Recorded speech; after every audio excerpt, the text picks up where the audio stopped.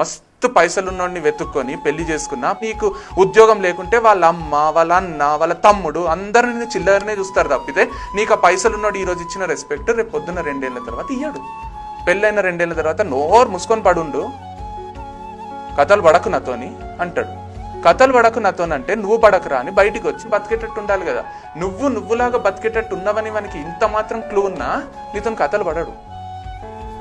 నీకు ఇచ్చే రెస్పెక్ట్ వేరుంటుంది, మీ ఇన్లాస్ నీకు ఇచ్చే రెస్పెక్ట్ వేరుంటుంది. నువ్వు ఇంట్లో హౌస్ వైఫ్ అయినా, నువ్వు జాబ్ చేస్తున్నా, జాబ్ చేసే కేపబిలిటీ నీకుంది, నీ కాళ్ళ మీద నిలబడి నువ్వు నీ లైఫ్ చూసుకునే పొటెన్షియల్ నీకుందని వాళ్ళు నమ్మిండ్రు అనుకో. I'm telling it to girls here, వాళ్ళ బిహేవియరే వేరుంటుంది. నువ్వేం చేయలేవు, వాడు తప్ప నీకు గతి లేదు అని వానికి ఒక్కసారి అర్థమైతే వాడు ఎంత మహాత్ముడైనా కానీ నీతో బిహేవ్ చేసే పద్ధతే వేరుంటుంది. లవ్ లేకున్నా, ఎఫెక్షన్ లేకున్నా బతకొచ్చు, కానీ రెస్పెక్ట్ లేకుండా బతకలేవు 200%.